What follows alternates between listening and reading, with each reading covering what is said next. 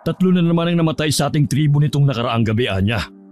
Ipaliwanag mo sa akin kung bakit hanggang ngayon ay walang magawang babaylang manggagamot na katulad mo para matigil ang pagkalat ng salot na ito sa ating isla. Ginagawa ko naman ang lahat ng aking makakaya, Adu. Ako at ang iba pang manggagamot ng tribo ay patuloy na nagsasagawa ng mga ritual para sa mga espiritu ng ating mga ninuno at anito upang mapigilan ang pagkalat ng salot. Ngunit bakit hanggang ngayon hindi niyo matukoy ang sanhi ng mahiwagang sakit na pumapatay sa ating mga nasasakupan? Hindi ko masasagot sa ngayon yan, Adu. Pero huwag kayong mag-alala. Malulutas din natin ang suliraning ito sa ating tribo. Kailan pa? Kapag naubos na tayo ng salot? Makapangyarihan ng ating mga anito. Hindi nila tayo pababayaan. Subalit tila hindi na nila tayo ginagabayan, anak. Pakiwari ko ay tinalikuran na ng mga banal na Diyos ang ating tribo. Patawarin sana kayo sa sinasabi ninyong yan. Hindi ba kayo natatakot magsalita ng laban sa ating mga anito? Hindi naman sa ganon, at ayoko rin mawala ng pag-asa. Ngunit sa nakikita kong nangyayari sa tribo natin, hindi na ako magtataka kung isang araw ay lumapit na kay Aghora ang ating mga nasasakupan para sugpuin ang salot na ito. Isang babaylan si Anya at ang kanyang amang si Takhura ang kasalukuyang pinuno ng tribong Ophir. Isang maliit at di kilalang tribo noon na nagmula pa sa sinaunang kabihas ng Sumer. Subalit dahil sa mga hidwaang politikal at labanan sa kapangyarihan ng mga pinunong babaylan ay napilitan ng kanilang mga ninuno na lisanin ang kaharian. Naglakbay ang mga ito sa pamamagitan ng mga kalupaan, disyerto at mga karagatan. Naging mahirap ang paglalakbay, kaya't kaunti na lang ang nalabi sa mga ito nang makarating sa isang bulubundukin sa silangang bahagi ng Java o sinaunang Java. Mula sa panahon ng Imperyong Srivijaya ay payapang namuhay ang kanilang mga ninuno roon hanggang sumibol ang Indianong Imperyo ng Majapahit. Subalit nang bumagsak ito dahil sa hidwaan ng mga pinuno at pagpasok ng mga Muslima, ay napilitan uli silang lumikas para sa kapayapaan at pagpreserba ng kanilang mga tradisyon. Napadpad ang tribo nila sa isang tagumpok sa isla ng Simsim sa timog silangang Asya. Dito ay muli nilang itinatag at pinalago ang kanilang tribo na may hiwalay na kultura at tradisyon. Subalit ang kanilang pansamantalang katahimikan ay nabulabog ng gumaganap sa kanilang tribo ang isang misteryong sakit. Ang bawat kapitan ng sakit na ito ay nagkakaroon ng mataas na lagnat at namamatay sa loob lamang ng 2 araw matapos sumuka ng dugo. Bilang pinuno ay hindi mo naman marahil pahihintulutan na makialam si Aghora sa usaping ito, Adu. Batid mo kung anong saloobin ko pagdating kay Aghora, anak. Hanggat maaari ay ayoko sanang dumating ang araw na sa kanya lalapit ang ating mga katribo. Subalit hindi ko rin maiwasang mabahala dahil tila hindi na pinakikinggan ng mga Diyos ang ating mga dasal. Hindi totoo yan. Alam kong ituturo rin ng ating mga anito kung ano ang dapat nating gawin. At hindi rin kami titigil sa pagsasaliksik hanggang hindi namin natutuklasan kung paano masusugpo ang misteryong sakit na ito. May awa ang ating mga Diyos, Adu. Hindi lubusang masisinian niya ang Ama kung panghinaan man ito ng pananampalataya sa kanilang mga Diyos. Tumataas na kasi ang bilang ng mga nasasawi sa kanilang mga katribo dahil sa misteryong sakit na sumasalanta sa kanilang isla.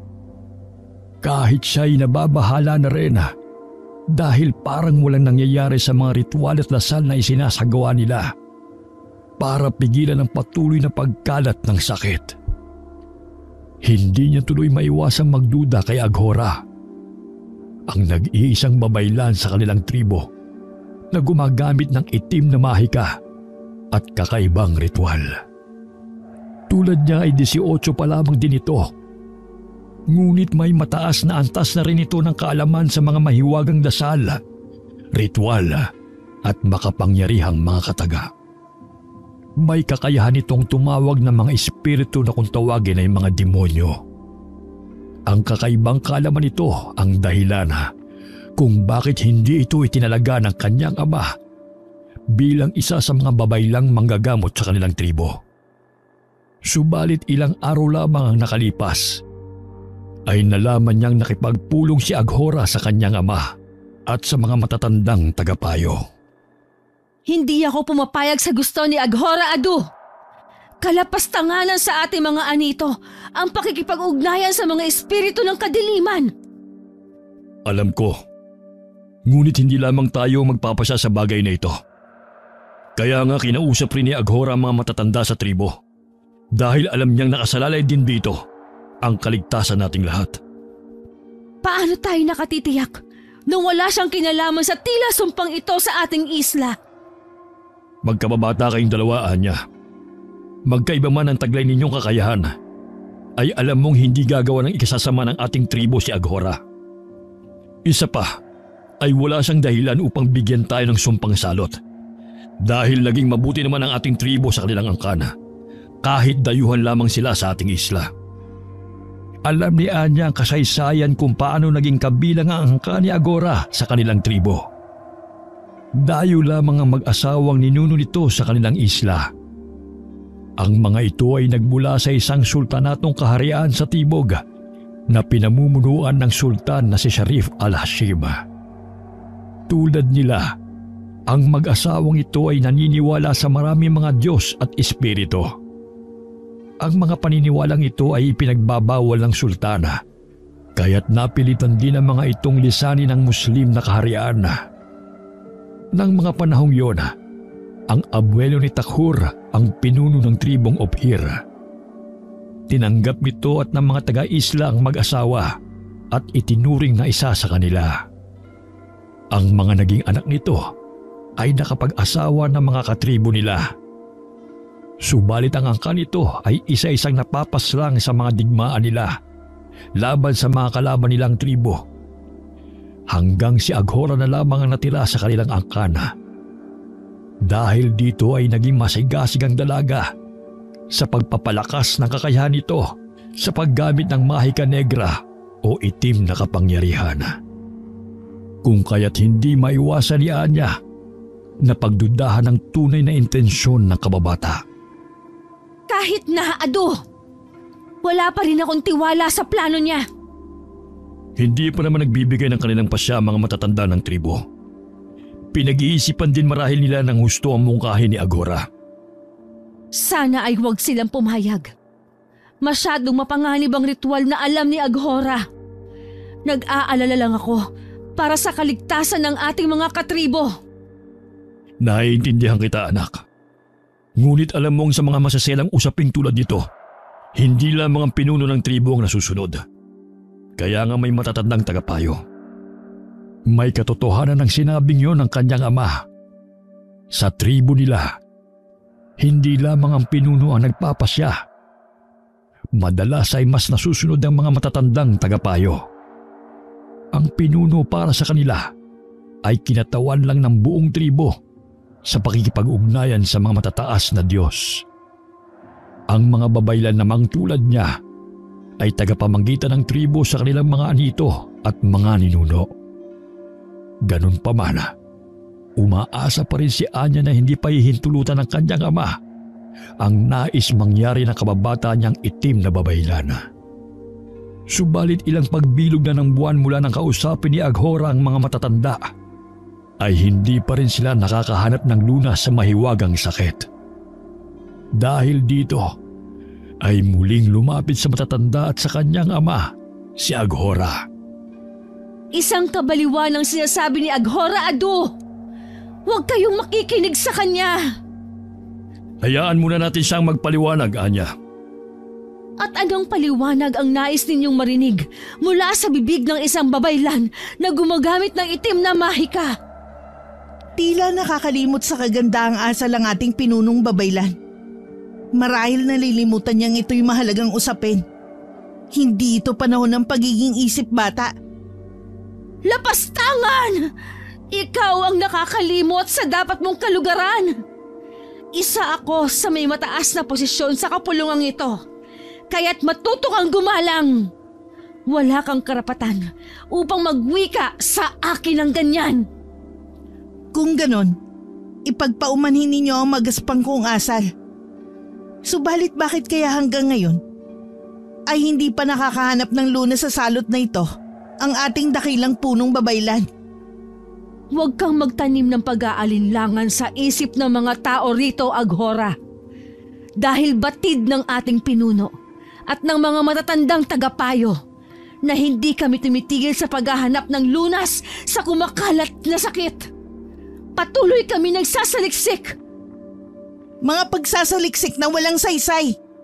Walang magagawa maging ang kaalaman mo sa panggagamot. Dahil hindi ito pangkaraniwang sakit, Anya. Kung ganoon, ipaliwanag mo kung anong salot ito at ano ang dahilan. Hindi maiwasang panayuan ng kanilang mga balahibo sa batok ang mga naroon sa pagpupulong nang marinig ang mga sinabi ni Aghora. Ayon sa itim na babaylan, ang salot ay likha ng isang mababang uri ng espiritong mula sa kadiliman na kung tawagin ay raksasa o demonyo. Matitigil lamang umano ang paghasik nito ng sakit kung matatalo ito ng isa pang espiritong mula sa kadiliman na mas mataas ang uri kaysa rito. Kaya ako muling lumapit sa inyo sapagkat nais kong hingin ang inyong pahintulot na makuha ang bangkay ni Aniway, ang babaeng buntis na kaibigan ng pinunong babaylan na namatay kahapon ng gabi. Bakit kailangan mo ang bangkay ng isang babaeng buntis? Sapagkat nais ko itong gamitin sa ritual upang tumawag ng Yakshini na makakatalo sa espiritu ng kadilimang may gawa ng salot. Ito lang ang tanging solusyon sa ating suliranin, Pinunong Thakur. Ngunit bakit ang katawan pa ng kaibigan ni Anya ang gusto mo para magsagawa ng ritual? Isa lang ang dahilan, Adu. Dahil buntis si Aniway at nasa kabuwanan na. Ito ang nais niyang gawing alay upang dalawa kaagad ang kanyang magiging handog sa espiritu na kanyang tatawagin. Nang hilakbot ng kanyang ama sa narinig, kaya't hindi ito pumayag. Maging ang mga matatandang tagapayo ay hindi rin nagbigay kaagad ng kanilang pagsang-ayon. Subalit dahil sa mga paliwanag ni Aghora, ay pumayag din ang mga ito sa huli. Nawawala na rin kasi ang mga ito ng pag-asa dahil sa kabiguan ng mga babaylang manggagamot na makatuklas ng solusyon sa suliraning kanilang kinakaharap. Kung gano'n ay binibigyan ka namin ng pahintulot sa nais mo, Aghora.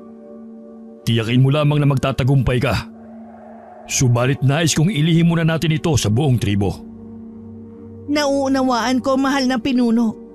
Kaya't nais ko sanang sa dulong kakahuyan ng islay sa gawaang ritual, kung saan malayo ito sa ating mga tahanan. Kung ganoon ay sasamahan ka namin at ni Anya. Nang sa ganoon ay walang maghinala ng masama sa ating mga katribo. Hindi ako dadalo sa pagsasagawa ng kabaliwang ritual na yan. Hindi ako makikisa sa paglapastangan ninyo sa katawan ng aking kaibigan. Makinig ka, Anya. Nakapagpasa na ang buong kapulungan. Ang tanging magagawa mo na lamang ay sumuporta sa nabuong pasya ng nakararami. Tungkulin mo yan, hindi lamang bilang isang may mataas na katungkulan sa ating tribo. Tungkulin mo rin yan bilang anak ng pinuno at susunod na tagapangalaga ng isla. Hindi nakaimik si Anya sa sinabi ng kanyang ama. Tama ito. Marami siyang tungkuling dapat gampanan sa kanilang nasasakupan. Bilang susunod na pinuno, ay dapat niyang isantabi ang pansarili niyang nararamdaman. Patawarin mo ako sa aking inasal, Adu. Ngunit sige, hindi man ako sang-ayon, ay ibibigay ko ang aking suporta, alang-alang sa kapakanan ng ating mga nasasakupan. Nararapat lamang, Anya, sapagkat ikaw ang susunod na pinuno ng tribo sa sandaling wala na ako. Kaya't ihanda mo ang iyong sarili. Kailangan naroon ka at ang ilan sa ating mga babaylan upang saksihan ang gagawing ritual ni Aghora. Masusunod, Adu. Hiling ko lamang, sana ay hindi ninyo pagsisihan ang pagpayag sa gusto ni Aghora. Ito na lamang ang hindi pa natin nasusubukan, anak. Kaya sana'y ibigay mo ng buo ang iyong suporta upang hindi tayo mabigo. Walang nagawa ng gabing yun si Anya, kundi tahimik lamang na nagmasid sa 6 na kalalakihang palihim na naghahanda sa bangkay ni Aniway. Nakita niya ng pahira ng mga ito ng mabangong langis at alak ang katawan ng kanyang kaibigan. Nagpalingas din ng apoy ang isa sa mga lalaki sa munting dambana sa may ulunan ng bangkay nito. Pagkatapos ay umupo si Aghora malapit sa bangkay. Nanayo ang mga balahibo ni Anya nang magsimula ng bumigkas ng mga kakaibang mantra at mahiwagang kataga si Aghora. Bawat pagtatapos ng talatang binibigkas nito ay hinahampas nito ng patpatang tiyan ng bangkay ni Aniwaya. Subalit gano'n na lamang ang sindak nila nang biglang kumilos ang patay. Umupo ito at iginala ang paningin sa mga taong nakapalibot sa kanya. Nang ilabot ang lahat ng bigla itong magsalita. Batid ni Anya na tinig yun ng espiritong sumapi sa bangkay ng kanyang kaibigan. Mga lapastangan! Sino nagbigay ng pahintulot sa inyo upang ako'y gambalain? Humihingi ako ng paumanin sa aking kapangahasan, dakilang Yaksini. Subalit kailangan namin ng iyong tulong. May nakamamatay na sakit na kumakalat sa gitna namin. At ito'y kagagawa ng isang raksasa. At nais mo kong makialam sa gawain ng mababang uri ng espiritong yon, ganun ba? Isang mataas na uri ng espiritu mula sa kadiliman lang ang maaaring makatalo sa kapangyarihan ng raksasa. At ikaw lang yon, dakilang Yaksini. Hindi mo alam kung anong kapalit ng iyong hinihiling, babae. Nakahanda ako, dakilang Yaksini, sa magiging kapalit ng aking kapangahasan. Mahusay kang magsalita, matabil na babae. Ngunit hindi ako nadadaan sa ganyang kunwaring kababaan ng loob at mga papuri. Nakakakilabot ang tinig ng Yaksini na nasa katawan ng bangkay ni Aniwaya. Lalo silang nangilabot nang biglang may tumulong dugo mula sa mukha at bibig ng bangkay. Halos lumuwa ang mapupulang mga mata nito at lumaki ang ngisi na halos ikabiyak ng pisngi nito. Humaba rin ang dila nito na halos umabot sa isang talampakan at parang ahas na kumiwal sa hangin. Humahalakhak itong sinunggaban si Aghora at dinilaan sa mukha. Bawat pagdikit ng dila nitong puno ng malapot na laway ay lumalapnos sa mukha ng dalaga. Masyado kang tuso at pangahas, babae.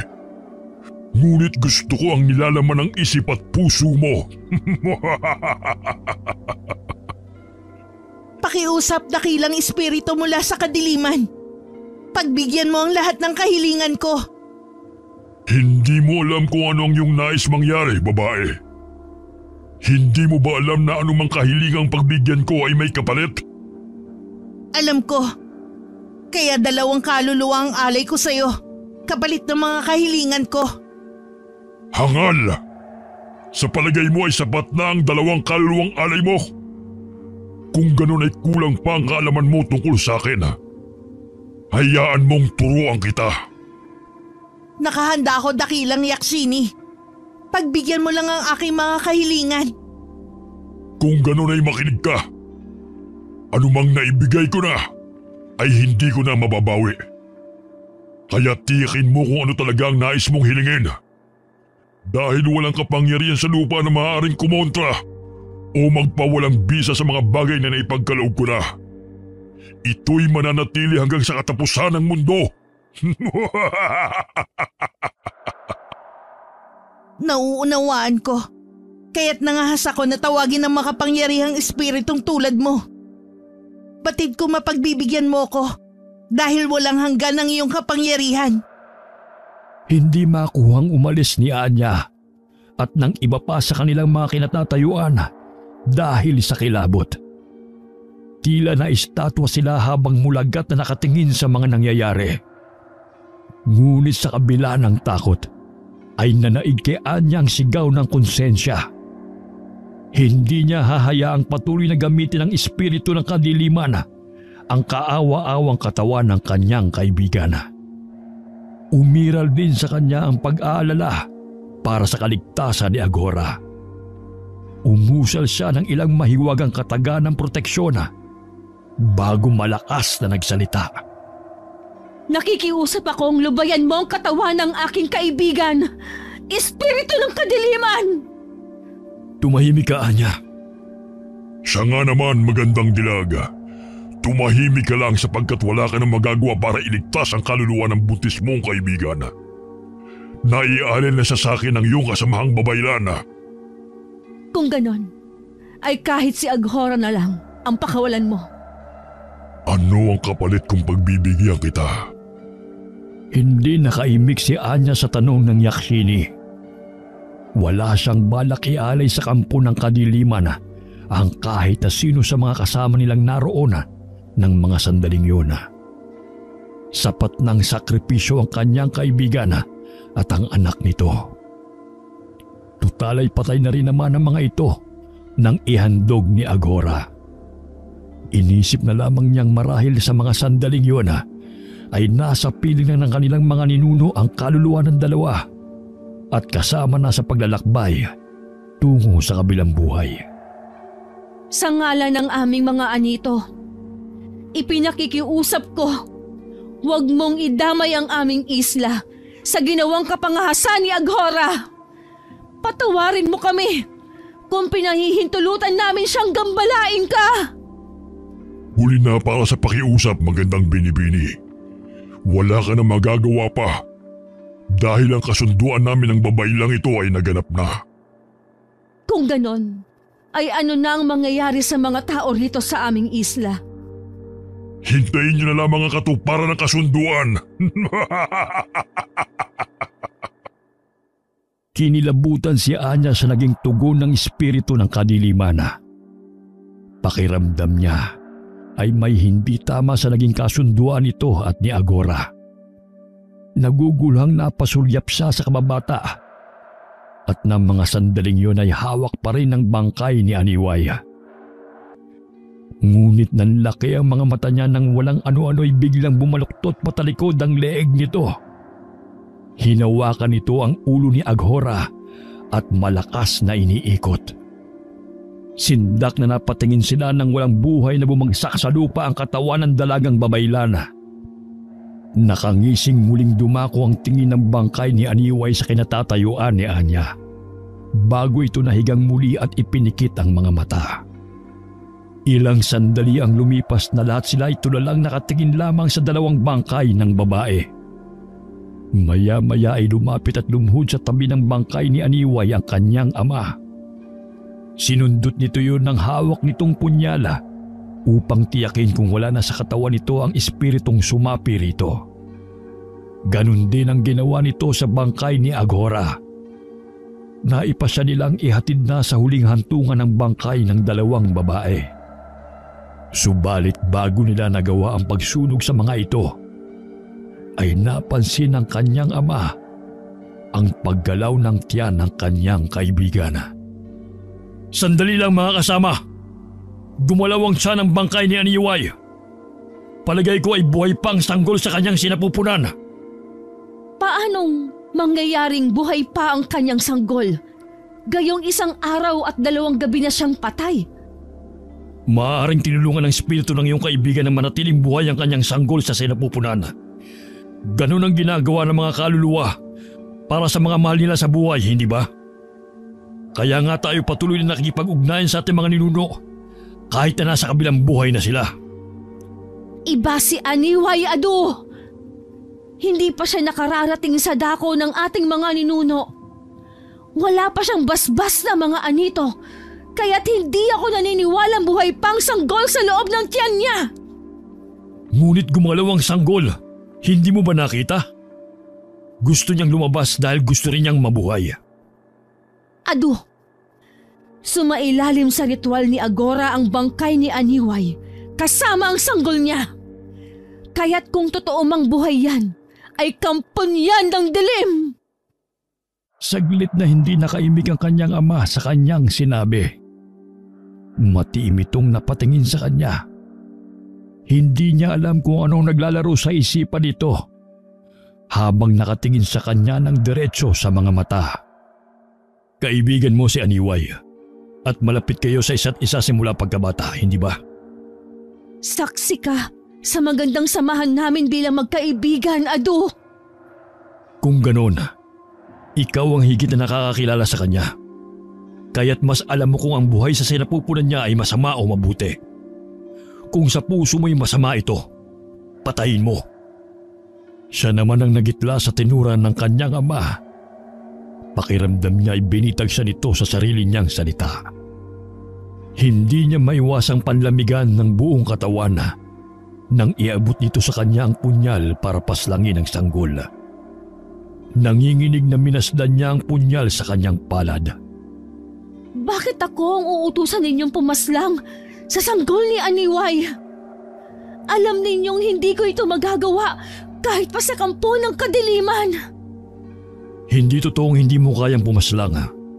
Ang totoo ay hindi mo rin natitiyak kung masama o mabuti ang isang nilalang. Tandaan mong lagi na hindi pa maaaring husgahan at parusahan ng kamatayan ang wala pang kasalanan, Anya. Napatingin na lamang si Anya sa kanyang ama. Binawi nito sa kanyang kamay ang punyala at maingat na binuksan ang tiyan ng bangkay ni Aniway. Ang sindak na kanina lamang ay bumabalot sa kanilang lahat ay dagling nawala nang tumambad sa kanila ang isang napakagandang sanggol na lalaki. Sing-itim ng madilim na gabi ang makapal nitong buhok. Kulay bughaw na langit ang mga mata nitong may malalantik na pilikmata. Maputi ang balat nito.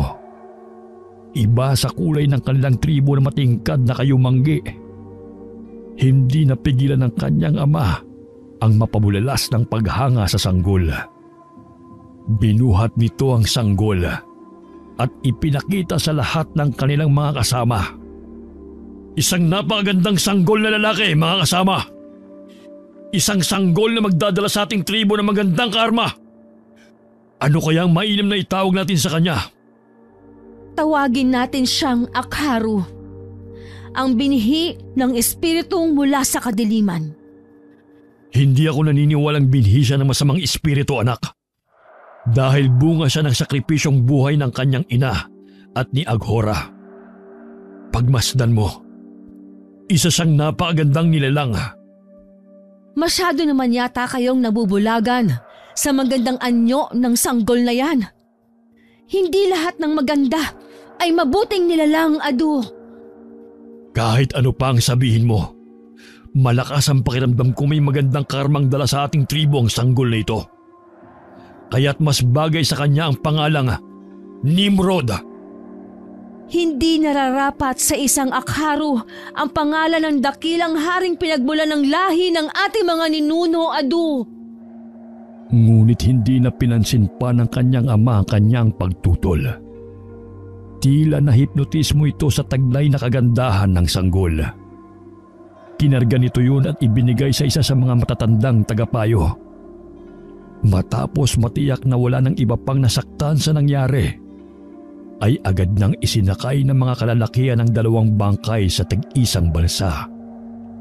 Matapos basbasan ay sinindihan ng mga yun saka itinulak patungo sa gitna ng dagat. Bago sila nagsibalik sa kanilang tahanan, ay nagbili ng kanyang ama na ilihim ang lahat ng totoong naganap ng gabing yun.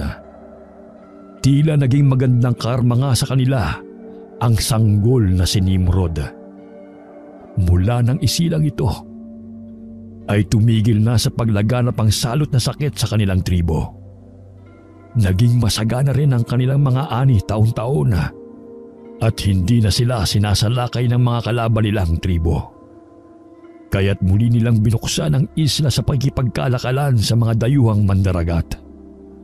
Subalit na natiling lihim sa lahat ang detalye ng pagkasilang ni Nimrod. Masama pa rin ba ang loob mo sa akin dahil sa pagkupkup namin sa anak ng iyong kaibigan? Sino ako para sumama ang loob sa ginawa mo, Adu? Anak mo lang naman ako. Isa pa'y, alam kong ginawa mo iyon para sa kapakanan ng ating tribo. Hindi ba tama naman ang naging pasya ko? Nakita mong magandang kapalaran ng ating tribo mula nang isilang siya. Ewan ko, Adu. Ngunit nagpapasalamat pa rin ako na hindi mo hinayaang tumira rito sa ating tahanan ang batang yon dahil hindi ko talaga siya matatanggap. 8 taon nang nakakalipas, Anya. Hindi pa ba sapat sa iyo ang mga kabutihang ginagawa ni Nimrod para makita mong mabuti siyang bata? Hindi ko alam kung bakit ganito na lang ang pag-ayaw ng puso ko na tanggapin siya bilang isa sa atin. Hindi pa rin kasi nawawala sa isip ko na isa siyang binhi na nagmula sa kadiliman. Siya ang katuparan ng kasunduan ni Aghora sa Yakshini na yon. Subalit ginawa yun ni Aghora upang iligtas ang ating tribo sa salot na sakit. Binayaran niya ng kanyang buhay ang katuparan ng kasunduang yon. Kaya naging biyaya sa atin si Nimrod. May kutob akong may ibang layunin si Aghora. Kaya niya ginawa yon, Adu. Kaya't huwag mo nang palabasin na para bang isa pa siyang bayaning tagapagligtas ng ating tribo. Nasa namang totoo, hindi ba? At hindi na sayang ang pag-aalay niya ng sariling buhay. Lumalaking mabuting bata si Nimrod. Hindi na lamang nakipagtalo pa si Anya sa kanyang ama. Wala naman kasi siyang maipipintas kay Nimrod. Magalang ito, masipag, at matulungin sa lahat. Nang tumungtong ng 15 taong gulang si Nimrod at siya naman ay 33 na, ay nagsimula niyang mapansin ang kakaibang mga tingin sa kanya ng binatilyo. Tila hindi na rin ito nahihiyang lumapit sa kanya at makipag-usap. Subalit nanatiling matigas ang loob niya rito, kaya't pilit niya itong iniiwasan. Hindi niya nagugustuhan ang malalagkit nitong tingin sa kanya. Ano ang kailangan mo at napadpad ka rito sa aking kubo, Nimrod? Sumama ako sa iyong ama ng mga aso kagabi kasamang ilan natin mga katribo. Eto, ipinagluto kita ng isa sa aking mga huli. Masarap yan, tikman mo. Hindi ako interesado sa kung ano man niyang niluto mo. Espesyal kong niluto yan para sa iyo, Anya. Wala akong pakialam. Siya nga pala, hindi ko gustong tinatawag mo ko sa aking pangalan. Mas mabuti kung tatawagin mo akong Pinunong Babaylan bilang paggalang sa aking katungkulan. Bakit ba ang ilap mo sa akin? Ang sabi naman ng iyong ado, maaari kitang tawaging Anya kapag tayong dalawa lamang. Isa lang naman ang dahilan kung bakit masungit ako sa iyo, Nimrod. Ito'y dahil ayokong lumalapit ka sa akin. Ni ayokong makita ka. Dahil nasusuklam ako sa iyo. Ngunit, anong nagawa ko para kasuklaman mo ko? Wala. Sadyang ayoko lang sa iyo. Sana'y maliwanag sa iyo yan. Magugustuhan mo rin ako balang araw, Anya. Gagawin kong lahat upang mapaibig ka. Pangako yan. Naging totoo si Nimrod sa sinabi nito. Sa kabila ng magaspang na pag-uugaling ipinapakita niya rito, ay hindi ito nagpakita ng sama ng loob. Sa halip ay lalo itong naging maalalahanin na maginoo at maalaga. Hindi ito nawawala ng dahilan para bisitahin siya sa kanyang kubo at dalhan ng kung ano-anong pagkain mula sa gubat.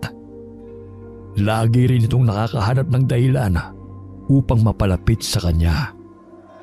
Sadya talagang napakakulit mo. Hindi ba't sinabi ko na sa iyo na ayokong nakikita ka? Subalit anong magagawa ko kung nasasabik naman akong laging makita ka? Tigilan mo ang mga kabalbalang sinasabi mo, Nimrod. Kabalbalang bang mahalin ka, Anya? Hindi ka ba nahihiya sa mga sinasabi mo? Napakabata mo pa para sa bagay na yan. Hindi na ako bata, Anya. 18 taong gulang na ako. Nito lang nakaraang pagbilog ng buwan. Iyon na nga ang ipinupunto ko. 18 taong gulang ka pa lang samantalang ako'y magta-36 na sa susunod na pagbilog ng buwan. Halos kalahati ng mga taon ko ang edad mo. Wala akong pakialam, Anya. Basta para sa akin, ikaw ang pinakamagandang babaeng nakita ko. Nais kitang maging reyna sa kahariang pangarap ko. Sa kabila ng pag-iwas ay napaibig din siya sa lalaki. Tila kasi may taglay na paghahalina ang asul nitong mga mata. Bagay na hindi tinutulan ng kanyang ama. Lumaki kasing matalino, masipag at maginoo ang binata.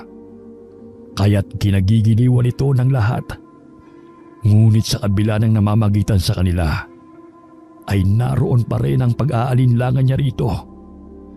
Bagamat kasi itinuturing ng magandang karma sa kanilang tribo ang pagkasilang nito, ay dama pa rin niya ang itim na aura sa katauhan ng kasintahan. Natutuwa ako tatanggap mo na rin si Nimrod, anak. Nakakayamang banggitin ito sa iyo. Subalit naniniwala akong kayo talaga ang itinakda ng ating mga Diyos para sa isa't isa. Ngunit hindi ko maintindihan ang sarili ko, Adu. Kalahati ng puso ko at isip ko ay tumututol sa nararamdaman ko para sa kanya. Anong ibig mong sabihin? Hindi mo totoong iniibig si Nimrod? Hindi sa ganon, Adu. Totoong may pagtingin ako sa kanya. Ngunit hindi ko alam kung bakit may bahagi sa puso ko ang tumututol sa damdamin ko para sa kanya. Marahil ay binabagabag ka lamang ng isipin na malaki ang tanda mo sa kanya. Marahil sa likod ng isip mo ay nahihiya ka dahil anak siya ng kaibigan mo. Sana'y ganun nga lang. Ngunit ibang pakiramdam ko.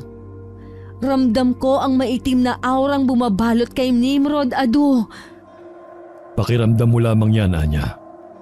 Marahil ay dahil sa nangyari ng gabing isinilang si Nimrod. Ngunit ano pa bang inaalala mo? Mabuti naman ang kalagayan ng tribo natin sa loob ng 18 taon, hindi ba? Ngunit paano kung totoo ang kutob ko? Paano kung binhi nga siya ng espiritu ng kadiliman? Gusto na, Anya. Tinatangi ka ni Nimrod at yun lamang ang mahalaga. Kalimutan mo na ang lahat ng nangyari ng gabing yun para maging masaya ka sa piling niya. Hindi na siya nakipagtalo pa sa kanyang ama. Tama naman ito. Mahal siya ni Nimrod at yun ang mahalaga.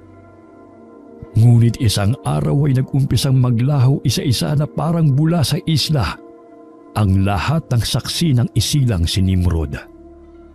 Nag-umpisa na rin makatagpo ng mga patay na dayuhang mandaragat ang mga kalalakihan sa tribo nila sa gubat. Ang mga bangkay ay pawang dilat ang mga mata.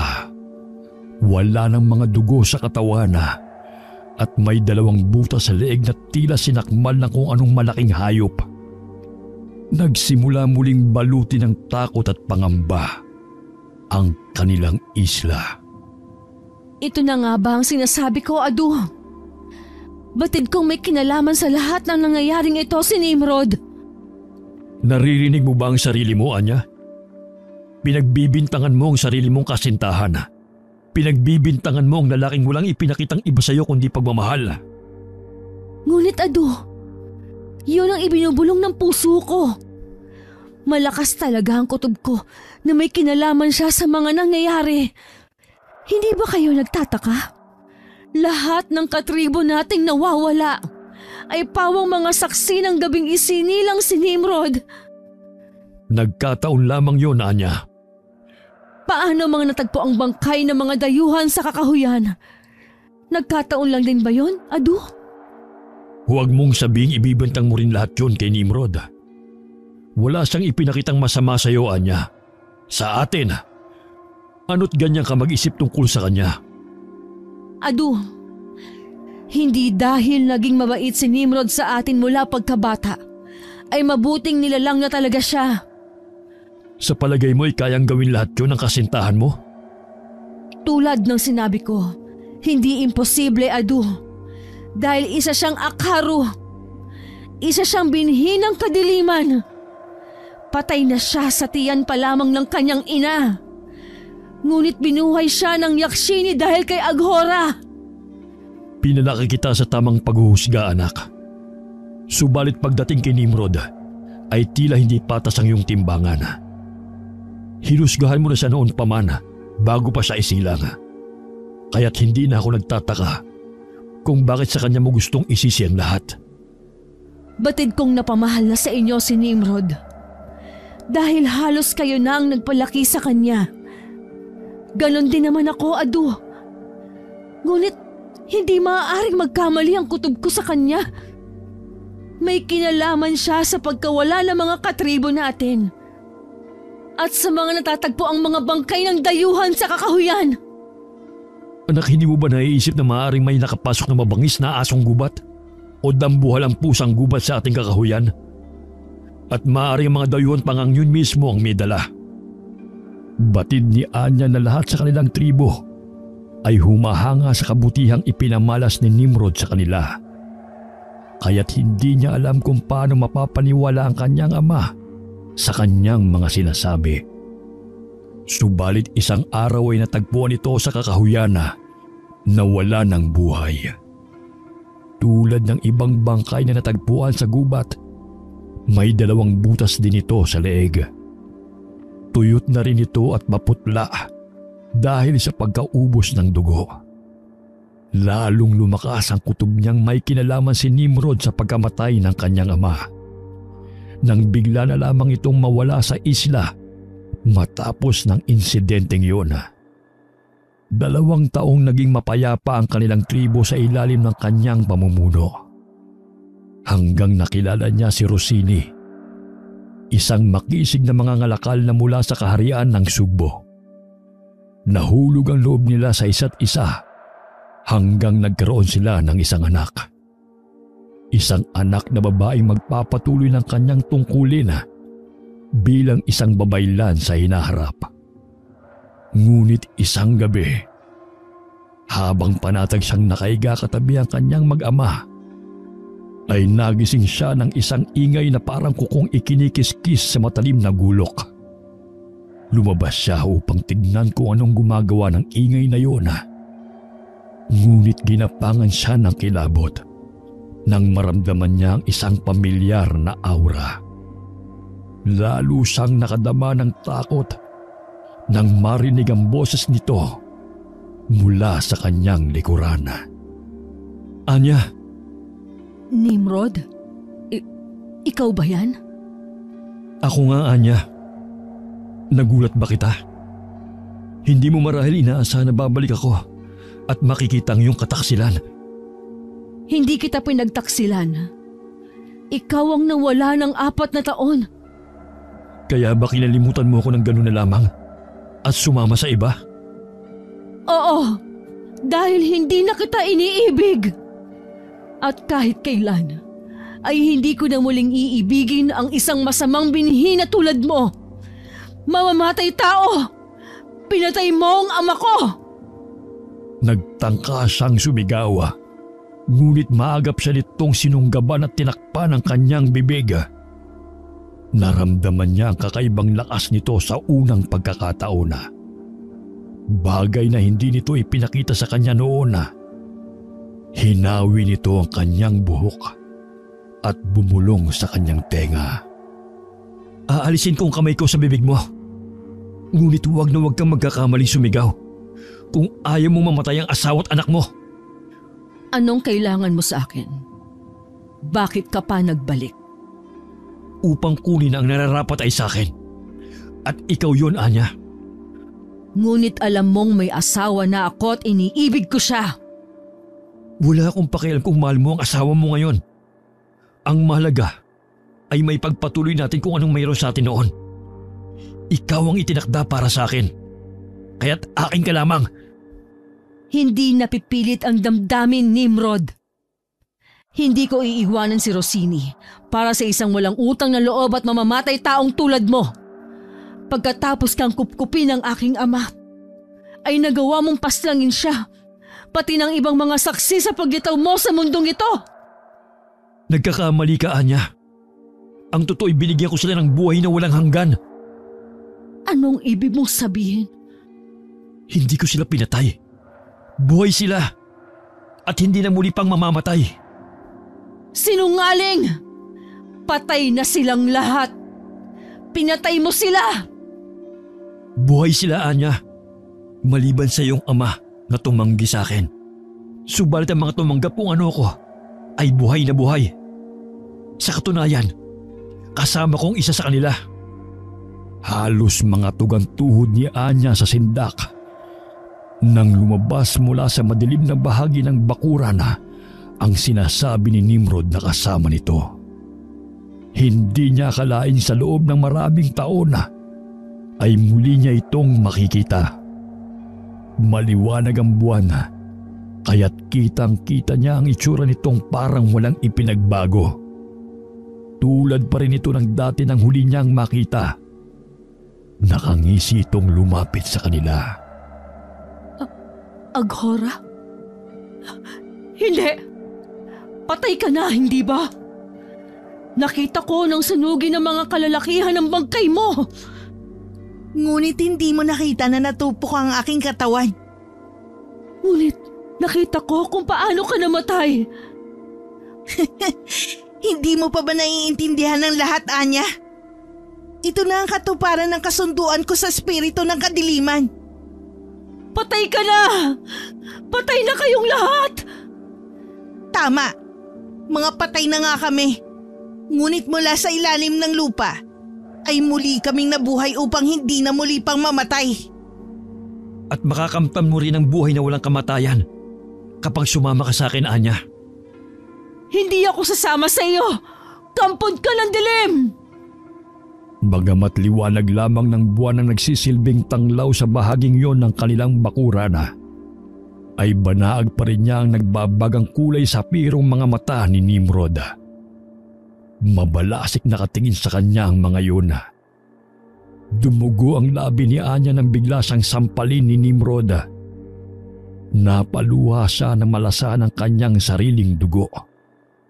Sa mga sandaling yun, napatunayan niyang hindi talaga ito pangkaraniwang nilalang. Hindi mo alam kung ano ang tunay na ako, Anya.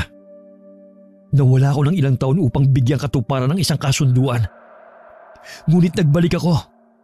Binalikan kita upang alukin ka ng buhay na walang hanggan at maging katulad ko. Kailanman ay hindi ako magiging katulad mo. Anya, hindi mo ba naiintindihan? Maaari kitang gawing tulad ko na walang kamatayan kung isusuko mong buhay mo sa kapangyarihan ng Yaksini, tulad ng ginawa ni Aghora. Mas nanaisin kong tamis ng kamatayan at maghintay kung kailan susunduin ng aming mga ninuno ang aking kaluluwa.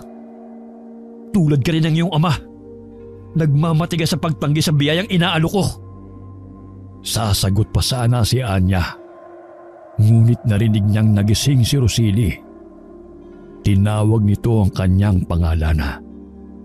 Sa takot na baka kung anong gawin ni Nimrod sa kanyang asawa, ay sinagot niya ito upang hindi na ito lumabas. Nakita niyang tinapunan ni Nimrod ng masamang tingin ng kanilang kubo. Mamili ka, Anya. Ako o ang asawa at anak mo?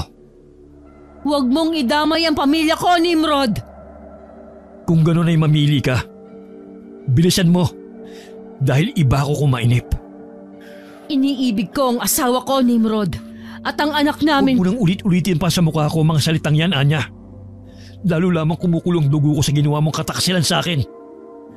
Ngunit dahil espesyal ka sa akin, ay bibigyan kita ng pagkakataong iligtas mula sa galit ko ang asawa mo. Nanlamig siya sa takot sa sinabing yon ni Nimrod. Tila tukso pa na nagsalimbayan sa kanyang balintatawa ang mga bagay na maaaring gawin nito at i-Aghora sa kanyang mag-ama. Kaya't noon din ay nagpasya siya para na rin sa kaligtasan ng kanyang pamilya. Gawin mo na ang nais mo. Ipangako mo lang na hindi mo sasaktan ang asawa at anak ko. Nangangako ako.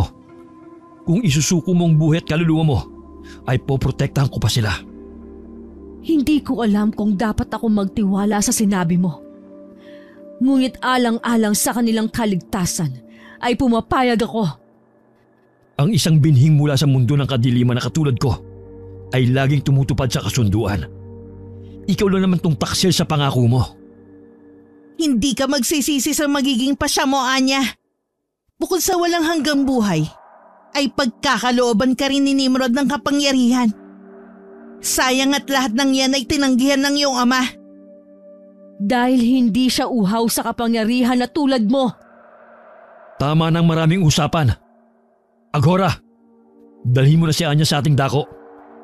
Maiiwan muna ako rito upang tuparin ang pangako kong proteksyon sa kanyang mag-ama. Pagkasabi no ni Nimrod ay nakita niyang nagpalit ng anyo si Aghora. Naging isa itong dambuhalang paniki. Nang walang babalang dagitin siya nito, ay halos mapatid ang kanyang hininga sa sobrang sindak. Ipinikit niya ang kanyang mga mata upang hindi tuluyang mapasigaw.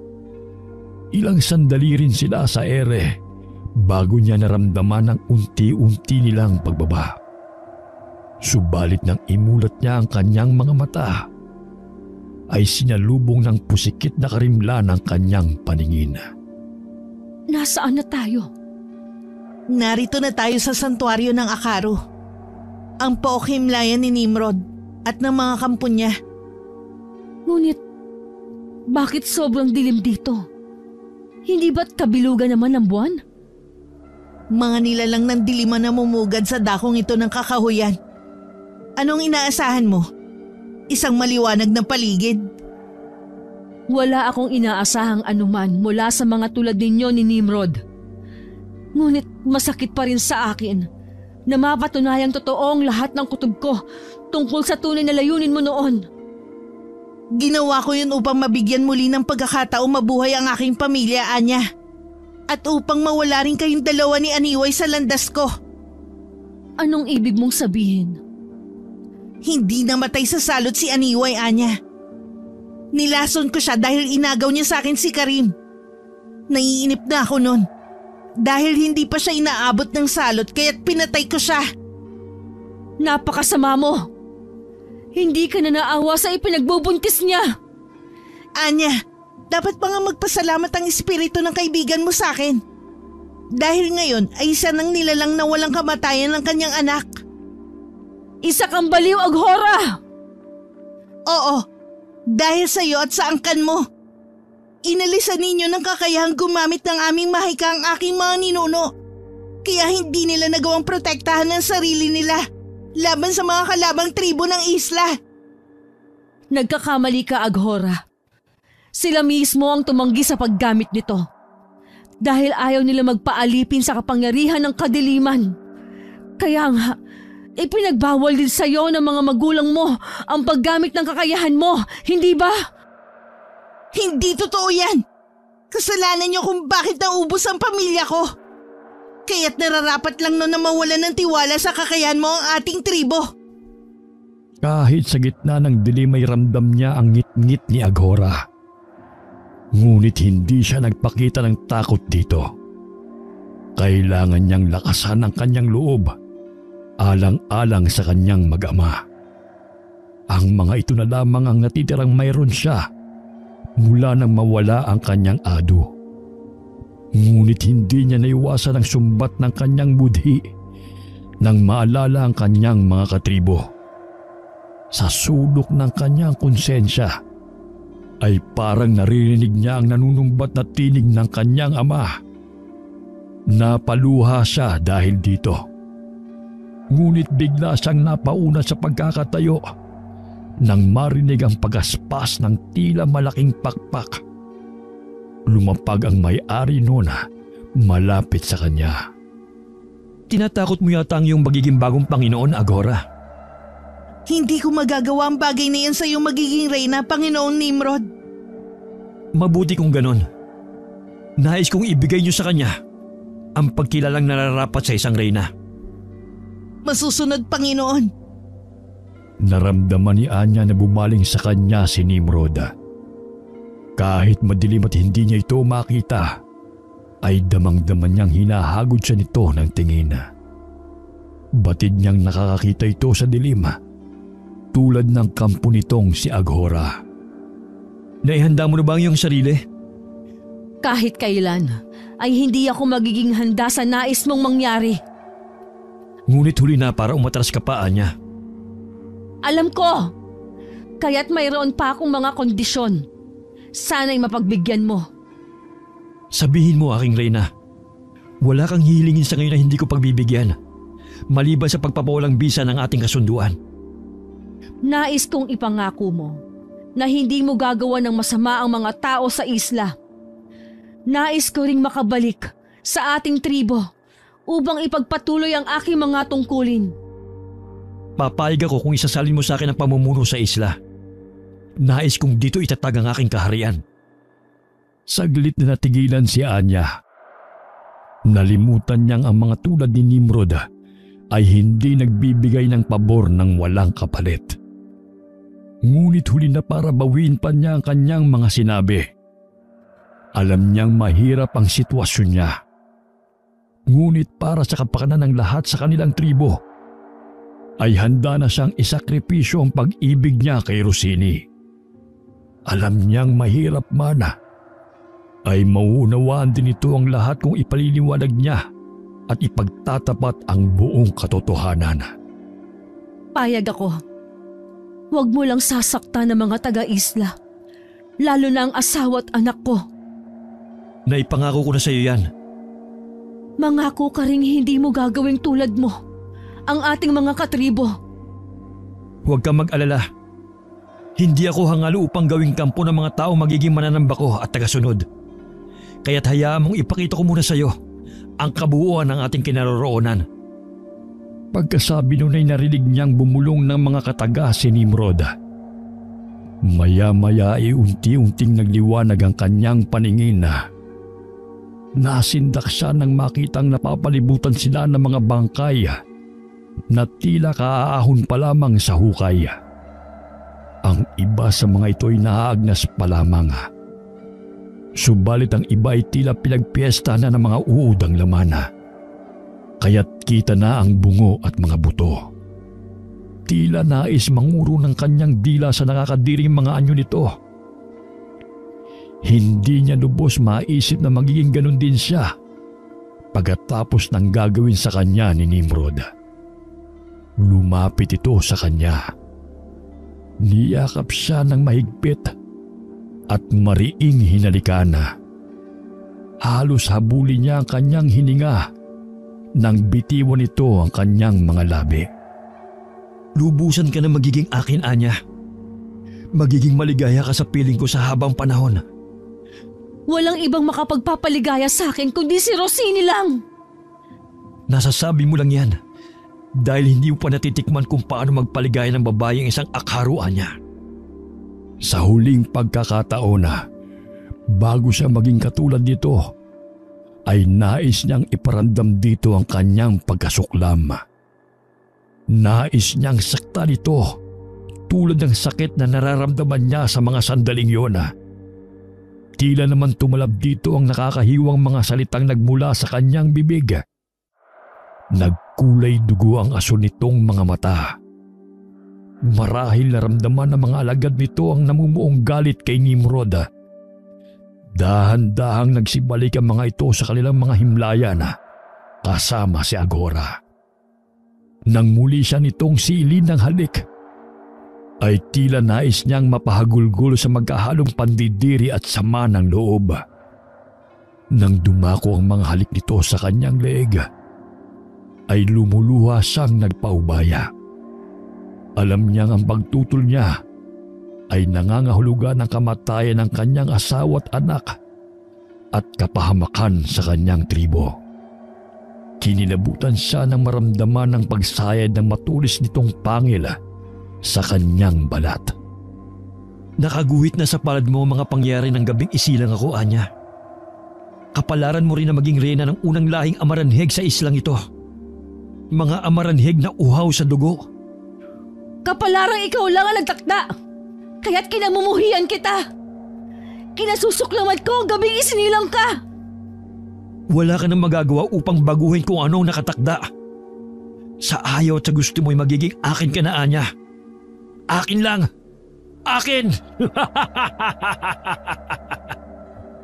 Hindi niya napigilan ang pagtulo ng kanyang luha nang umpisahan itong yurakan ng dangal ng pag-ibig niya sa kanyang asawa. Ngunit nagtaka siya sa sarili nang kusang tumugon ang kanyang katawan sa ginagawa nito. Ilang saglit pa ay naramdaman niyang tila sabay nilang maaabot ang rurok ng kamunduhan. Ngunit bago siya tangayin ni Nimrod sa sukdulan, ay ibinaon nito ang matulis nitong pangil sa kanyang leeg. Habang tinatangay siya ng kakaibang sensasyong dulot ng pag-angkin nito sa kanya, ay dahan-dahan namang lumilisan ang buhay sa kanyang katawan. Nang pagsulian siya ng diwa, ay ganun na lamang ang kanyang sindak. Ramdam niya ang mabigat na lupang nakatabon sa kanyang katawan. Sa labis na hilakbot ay napasigaw siya sa kanyang isip. Subalit biglang marahas na nagtalsikan ng lupang nakatabon sa kanya. Nagulat pa siya nang umigkas siya paangat sa hukay. Dahan-dahang lumapag patayo ang hubad niyang katawan sa harap ni Nimrod at Aghora. Aghora, gising ng iyong bagong Panginoon. Ihanda mo ng dambana. Maging ang damit na isusot niya pagkatapos ng ritual. Naihanda ko ng lahat, Panginoong Nimrod. Mabuti naman kung ganon. Maaasahan ka talaga, Aghora. Napatingin siya sa dalawa. Nang igala niyang paningin sa paligid, ay wala sa loob na napahawak siya sa kanyang leeg.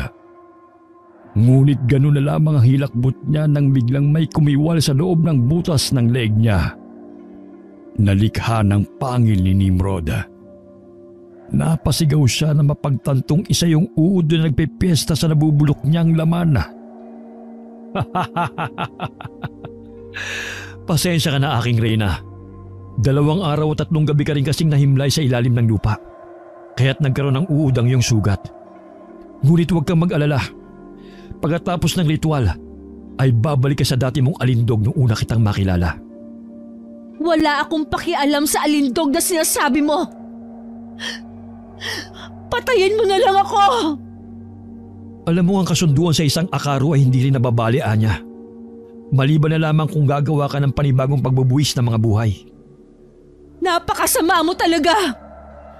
Pinagsisisihan to nakipagkasundo pa ako sa'yo! Hindi mo na mababago ang lahat, Anya. Aghora, dali mo na sa dambana ng iyong Panginoon. Susunod ako sa inyo pagkatapos ko rito. Tayo na pinunong babaylan. Kailangan matapos ang ritual bago pa sumikat ang bagong buwan. Agad siyang dinagit ni Aghora at dinala sa mismong lugar kung saan isinilang si Nimrod. Hindi siya kumibo nang kunin nito sa ibabaw ng dambana ang isang munting banga. Agad na nanuyo ang lalamunan niya nang malanghap ang amoy ng laman nun. Pagkatapos siya nitong pahigain sa dambana, ay dahan-dahan itong ibinuhos ang laman ng munting banga sa kanyang kahubaran. Nanginig ang buong katawan niya sa pananabik. Subalit pinigil niya ang sarili hanggang dumating si Nimrod. Nakasuot na ito ng itim na kapa na may talukbong sa ulo. Tumayo ito malapit sa kanyang ulunan at umusal ng mga mahiwagang kataga. Pagkatapos ay itinapat nito ang palapulsuhan nito sa kanyang bibig. Hindi na niya napigil ang kanina pang nadaramang uhaw. Buong kahayukan niya itong sinunggaban. Ganyan nga, Anya. Pawiin mo ng aking dugo ang pagkauhaw mo. Nang sa ganon, anumang meron ako'y magkakaroon ka rin.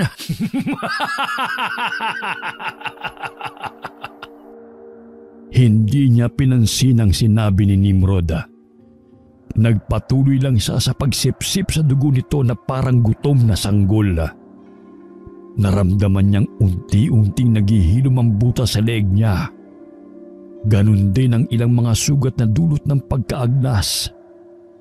Nang mapawi ang kanyang uhaw, ay bumalik sa dati ang kanyang katawan.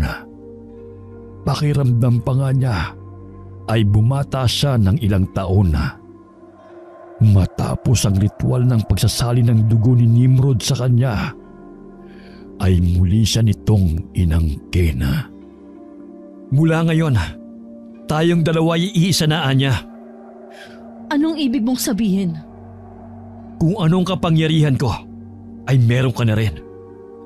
Maaari na natin pamunuan ng isla, pati ang iba pa nating karatig pook. Tayo ang magsisimula ng lahing Amaranhig. Wala akong balak maghasik ng lagim, Nimrod. Ang nais ko lang ay matiyak ang kaligtasan at kapayapaan nitong isla. Dito magsisimula ang ating paghaharian niya. Kaya't walang pwedeng gumambala rito nang hindi sa akin magbabayad ng mahal. Salamat kung ganon. Ngunit sa ngayon, ay gusto ko na sanang umuwi. Sige, nang maihanda mo rin ang aking pagbabalik sa tribo. Alam kong may ilan sa ating mga katribo ang naghinala sa akin nang mawala ako. Kaya't kailangan mong linisin ang pangalan ko bago ako bumalik doon. Agad siyang sumunod sa sinabi ni Nimrod. Nasasabik na rin kasi siyang makita ang kanyang mag-ama. Malapit na siya sa bukana ng kanilang munting pamayanan nang makarinig siya ng mga sigawan. Napabilis ang kanyang mga hakbang dahil sa pag-aalala. May kutob siyang sinasalakay ng mga kaaway ang kanilang tribo. Samantala, sa kinaroroonan ni Nimrod ay narinig din nito ang sigawan. Napangisi ito nang matiyak na yun ay likha ng isang nagaganap na labanan. Nasisiyahang sumunod ito kay Anya. Ngayon ay hindi na ito kailangang magpaliwanag tungkol sa kanyang pagbabalik. Kailangan lamang niyang gamitin ang husay niya sa pakikipaglaban upang makuhang muli ang tiwala ng buong tribo.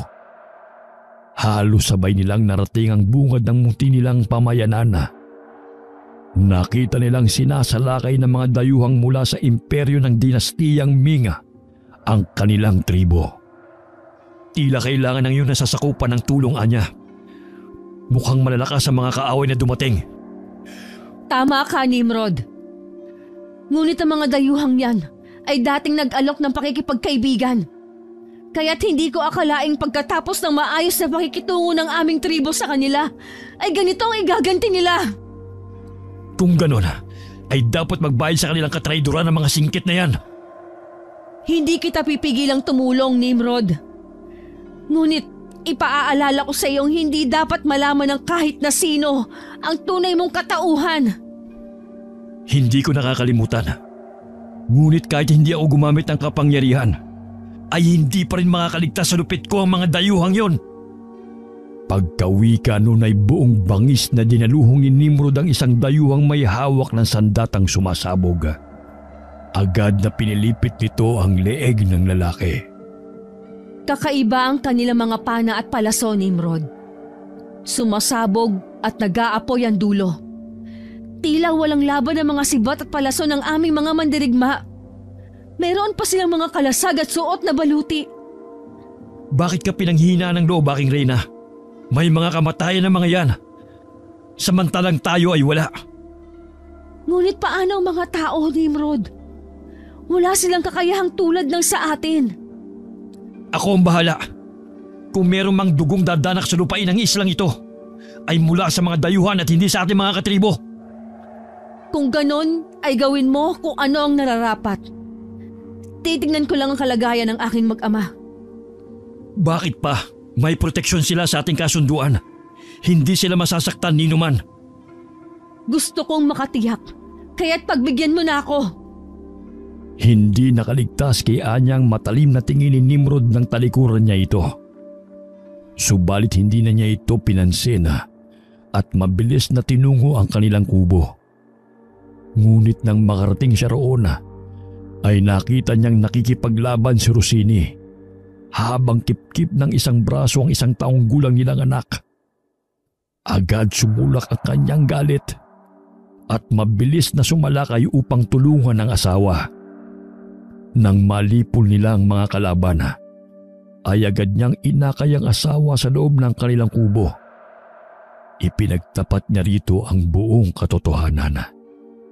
Sinabi rin niya ang tungkol sa naging kasunduan nila ni Nimrod. Masakit man, ay naunawaan ni Rossini ang lahat. Nagpasa itong bumalik na lamang sa kaharian ng Sugbo at isama ang kanilang anak. Tila sinaksak ng 1,000 beses ang puso niya nang lisanin ito ng gabiring yun ng isla. Nang magbalik siya sa labanana, ay ibinuhos niya ang lahat ng kanyang galit at sama ng loob sa mga kalaban. Mahusay ka pala sa pagkipaglaban, Anya. Hindi ko nakita yan noon sa'yo. Tungkulin ng isang anak ng pinuno ang magsanay sa pakikipaglaban mula pagkabata, Nimrod. Kung gano'n ay madali na natin malulupig ang mga kalaban. Nagawan ko na ng paraan para hindi gumana ang mga sandata nilang pumuputok. Ngunit mahihirapan pa rin ang ating mga mandirigma dahil sa kanilang mga baluti at kalasag. Minamaliit mong talino ng ating mga mandirigma. Masdan mo sila. Alam nila kung saan patatamaan ang kanilang espada at palaso ang mga kaaway, Anya.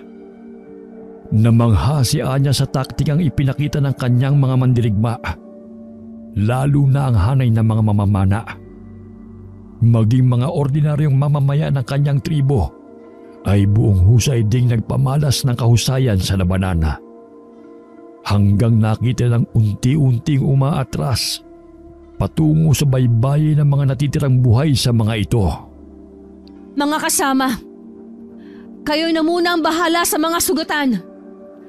Susundan namin ni Nimrod ang mga lapastangang dayuhan bago pa sila makarating sa baybayin. Tayo na, Anya. Malapit na silang makatakas. Hindi maaari. Pagbabayaran ng mga hangal na yan ang ginawa nilang kapangahasan. Walang dapat matirang buhay sa kanila. Bago pa nakarating sa kanilang sasakyang pandagat ang mga dayuhan, ay sinalubong ng mga ito ni Aghora. Nanuyong bigla ang lalamunan ni Anya nang makita ang pagpipiesta ng mga kampo ni Nimrod sa dugo ng mga kaaway.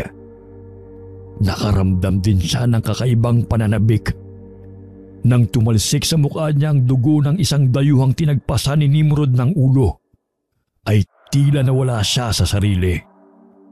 Hayok na hinawakan niya ang walang ulong katawan nito at sinipsip ang masaganang dugo na bumubulwak sa leeg nito.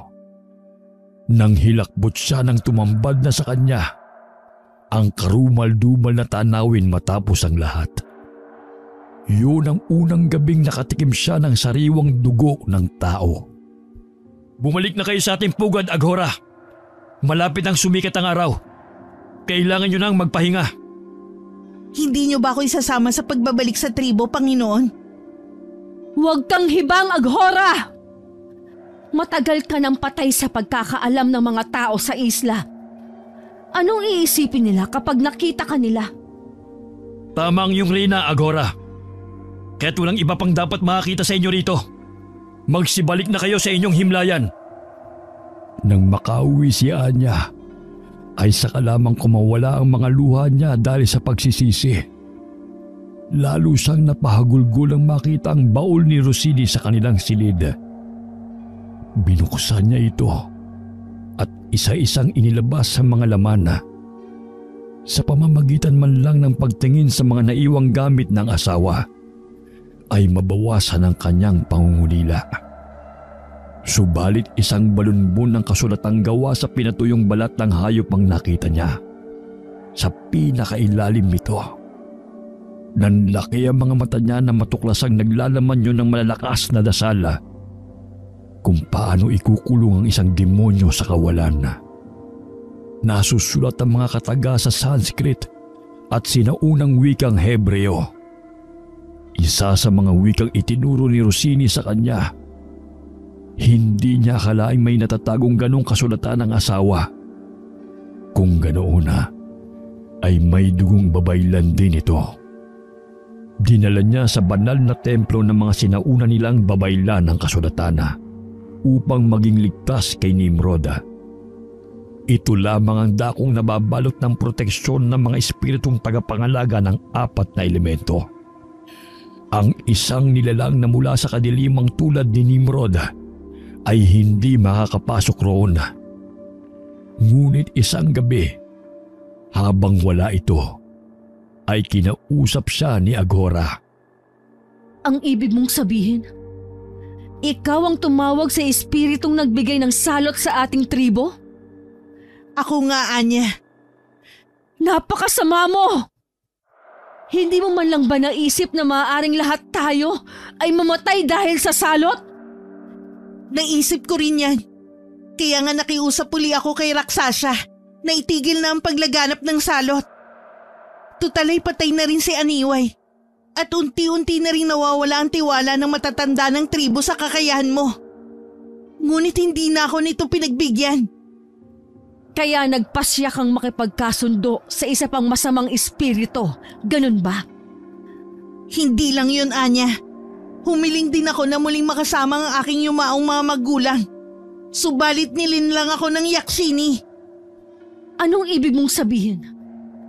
Hindi totoong binigyan ng buhay ni Nimrod ng mga magulang ko. At ang iba pa niyang kampon. Ngunit walang espiritong buhay sa loob nila. Lahat ng kampon niya ay walang sariling isip at alaala ng buhay nila. Maliban sa akin. Ngunit, hindi ba't kampon na rin ako ni Nimrod? Bakit may alaala pa ako ng buhay ko tulad mo? Dahil hindi ka naman totoong namatay, Anya. Hindi ka totoong amaranhig. Tila isang pagsabog ng bulkan ang narinig ni Anya ng mga sandaling yun. Hindi niya napigilan ang kusang pagbabago ng kanyang anyo dahil sa silakbo ng damdamin. Kusang humaba ang kanyang mga kuko at lumabas ang kanyang matutulis na pangila. Dinaluhong niya si Aghora at sinakal. Huwag mo akong paikutin, Aghora! Kung hindi ako namatay, bakit nagising akong natatabunan ng lupa at naaagnas ang katawan? Ang pagkamatay at pagkabuhay mo ay ilusyon lamang, Anya. Ginamitan ka lamang ni Nimrod ng mahika upang pumayag ka sa ritual ng pagsasalin niya ng dugo sa'yo. Kung ganon, hindi ako sakop ng kasunduan mo sa kanya? Oo, Anya. Kaya't ikaw lang ang pwedeng kumalaban sa kanya. Pwede ka pang makalaya sa kanya. Ngunit tulad ng Yakshini, anumang kasunduan sa isang akharu ay hindi na nababawi, Aghora! Batid ko, ngunit tulad din ng mga sumpa, ay maaari mo itong dagdagan upang magkaroon ng ibang bisa. Gamitin mo ang kapangyarihan mo upang makalaya ka sa inyong kasunduan. Sa sinabing yun ni Aghora ay nagkaroon siya ng ideya.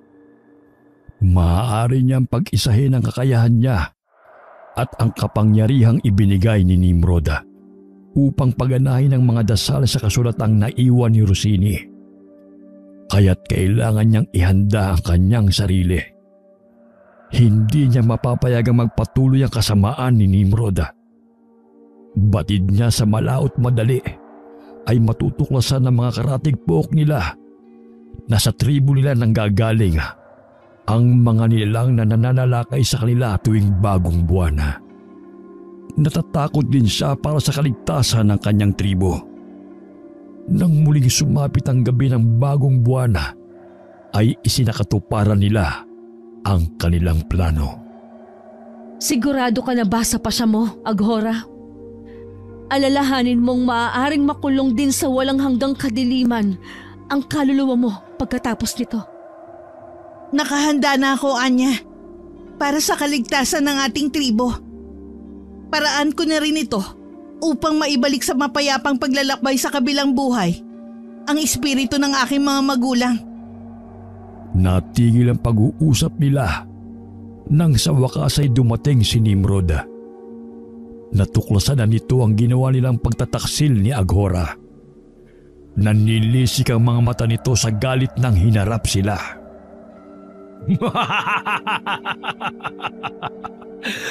Sa palagay niyo ay mapipigilan yung aking mga plano?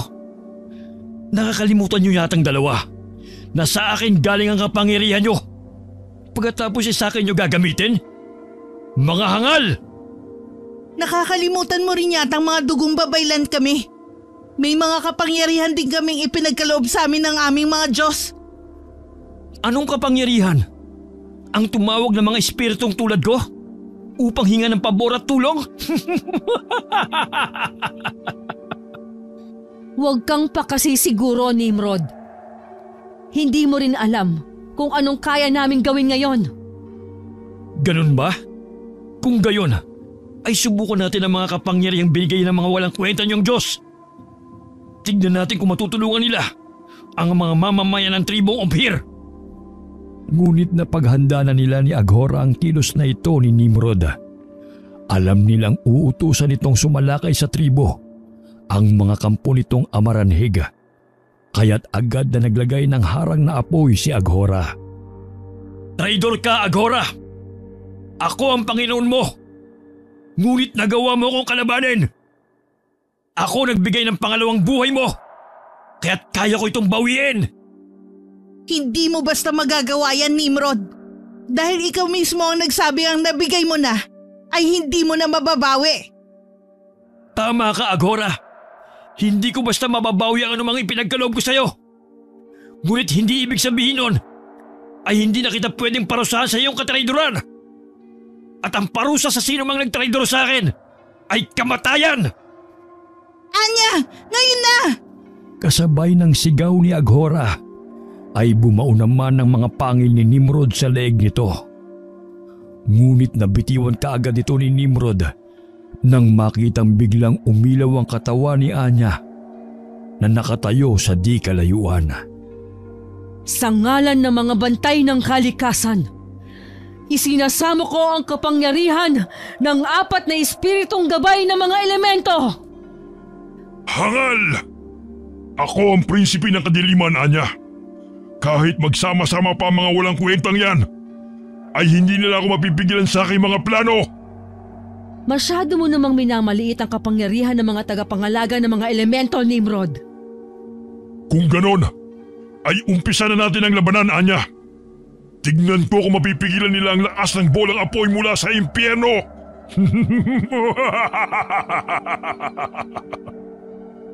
Nang gilala si Nimrod nang salubungin ng asul na liwanag mula sa palad ni Anya ang bolang apoy niya. Halos yumanig ang buong kakahuyan sa lakas ng pagsabog na likha ng salpukan ng kanilang mga puwersa. Hindi akalain ni Nimrod na kakayanin ng katawan ni Anya ang lakas ng enerhiyang taglay ng 4 na espiritu sa loob nito. Isang puting liwanag na mula sa mga mata ni Anya ang hindi niya nailagan. Pagbabayaran mo ang kapangasan mo, sutil na babaylan! Ngayon ay hindi na ako magdadalawang isip na paslangin ka! Wala nang saysay ang mga bolang apoy mo, Nimrod. Ito ang pagmasdan mo! Nagulat si Nimrod nang biglang tamaan ng nakasisilaw na liwanag mula sa kalawakan ni Anya. Saglit na tila nanlabo ang kanyang paningin.